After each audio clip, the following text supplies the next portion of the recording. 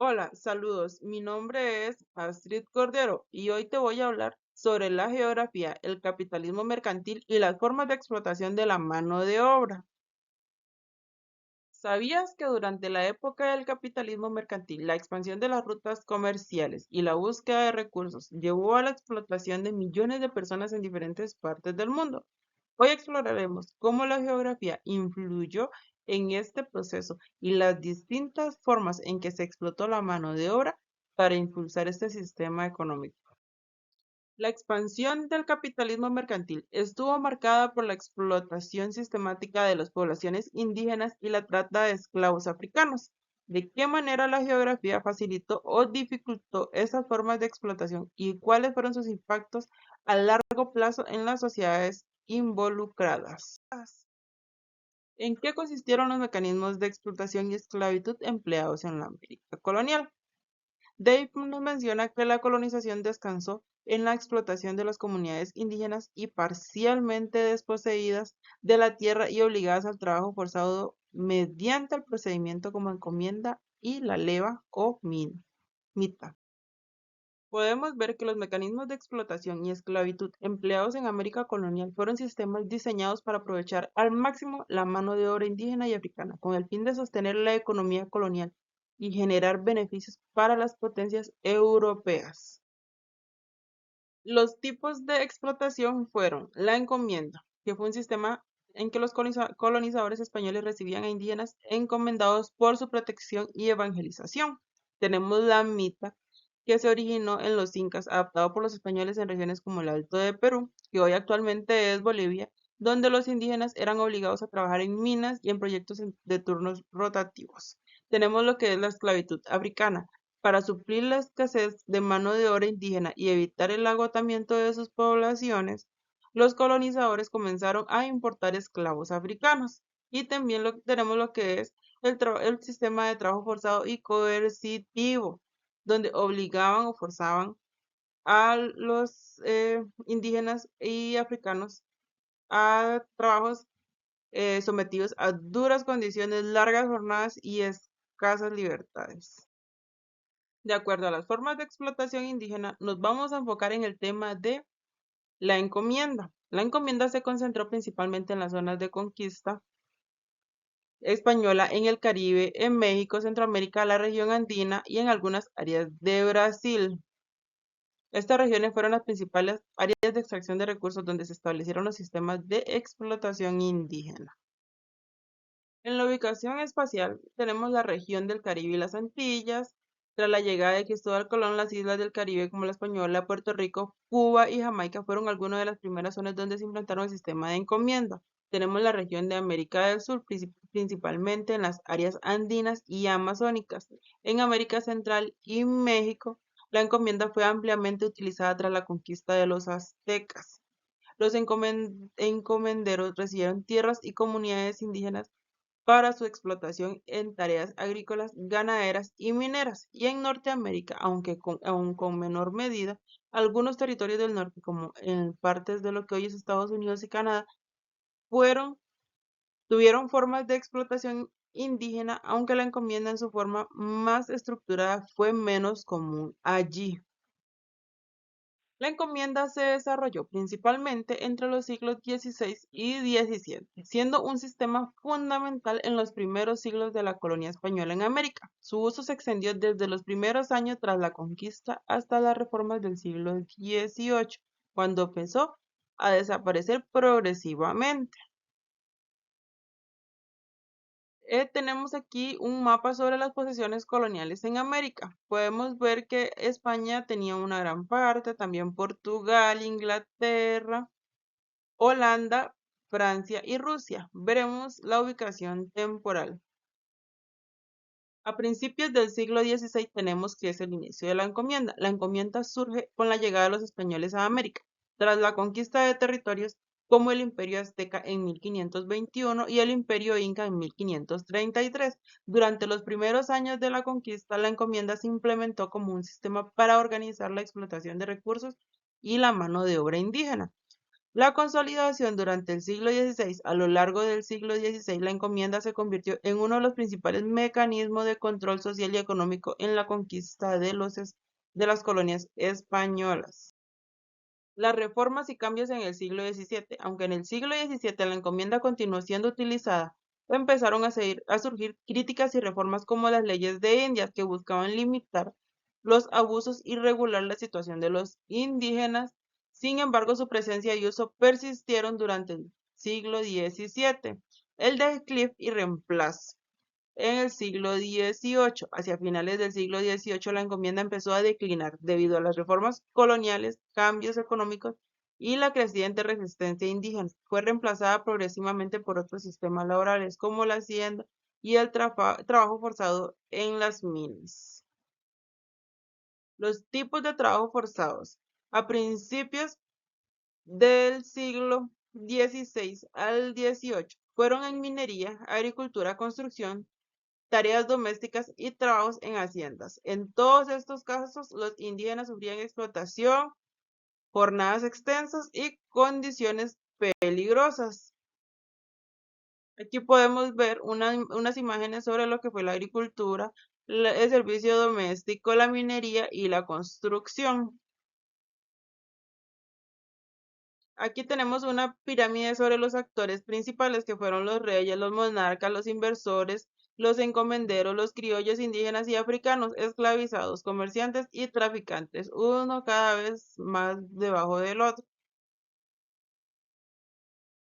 En las élites europeas tenemos lo que son los reyes y los monarcas. Establecieron las leyes y políticas coloniales que permitieron y fomentaron la explotación de recursos y la mano de obra. Tenemos lo que también son los inversionistas y empresarios que participaron en la creación de empresas y negocios que se beneficiaban del comercio y la explotación de recursos como la minería, agricultura y comercio de esclavos. También tenemos lo que son los gobernantes coloniales y encomenderos, que administraban las tierras y controlaban la mano de obra indígena y africana, explotándolas para obtener beneficios económicos.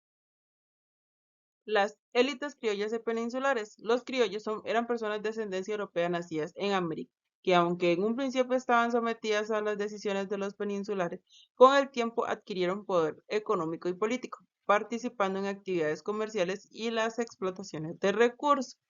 Tenemos lo que eran los pueblos indígenas, eran los trabajadores forzados, que fueron la principal fuente de mano de obra en las encomiendas, haciendas, minas y en otros trabajos, los cuales sufrieron explotación, enfermedades y desplazamientos masivos.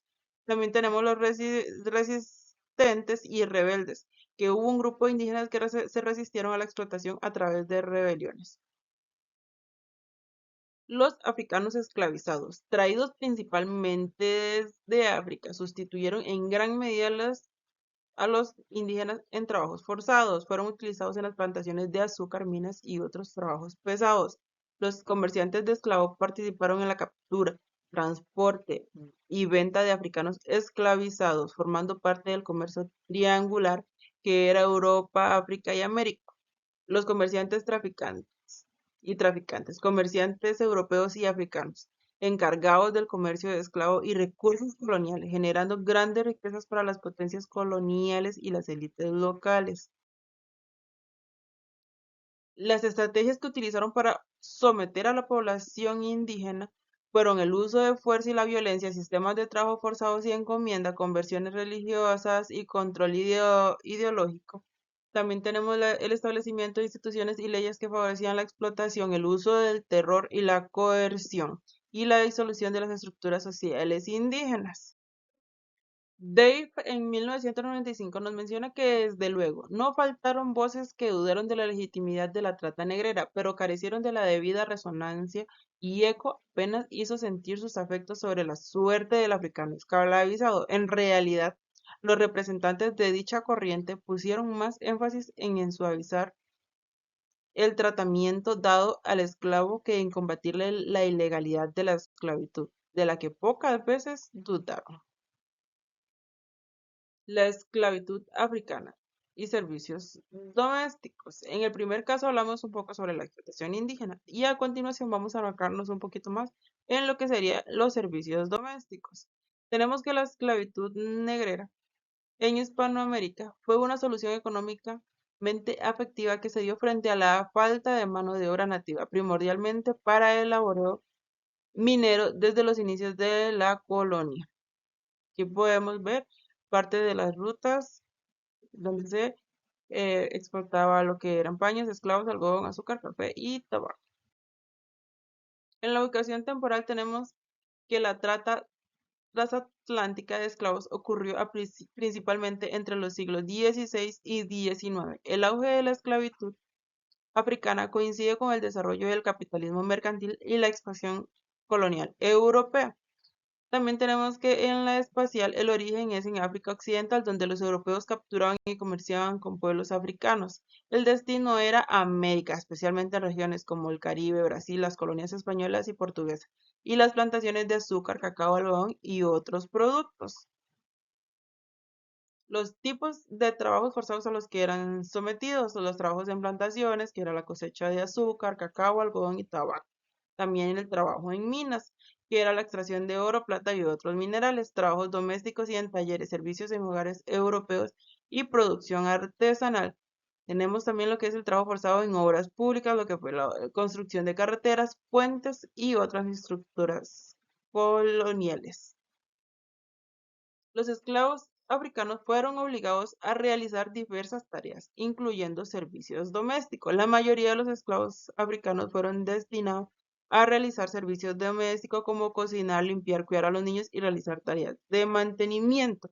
Los esclavos domésticos tenían la responsabilidad de cuidar a sus amos y sus familias, lo que incluía preparar comida, vestir a los niños y realizar tareas de limpieza.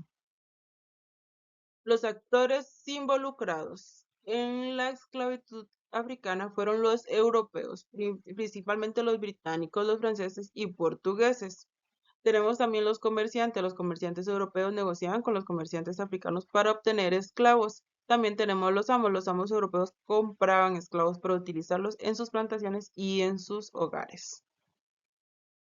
La estrategia en la que sometieron a los esclavos africanos era la violencia. Fue una de las principales formas de sometimiento utilizadas por los europeos. También la división y fragmentación y también la explotación. Los europeos explotaron a los africanos para obtener mayor cantidad de trabajo posible. Arre Marful en el 2011 nos dice que la presencia de peones e inquilinos es asimismo bajísima, por lo que los oficios más indignos eran los de la servidumbre doméstica agrícola, principalmente tal funciones que eran legadas a los esclavos de origen africano y a los criados libres. También nos dice Aguirre en el 2008 que la servidumbre africana en Lima entre el 1800 y 1860 estuvo marcada por su papel en el trabajo doméstico en el contexto de relaciones de poder desiguales y formas de resistencia. Para ir concluyendo, vamos a ir respondiendo de estas preguntas. ¿Qué impacto tuvieron estas poblaciones en el desarrollo económico de las colonias? Tenemos que la contribución y la economía agrícola y minera, la explotación indígena, la esclavitud africana. Los pueblos indígenas fueron las principales fuerzas de trabajo de agricultura, minería y construcción durante la colonia.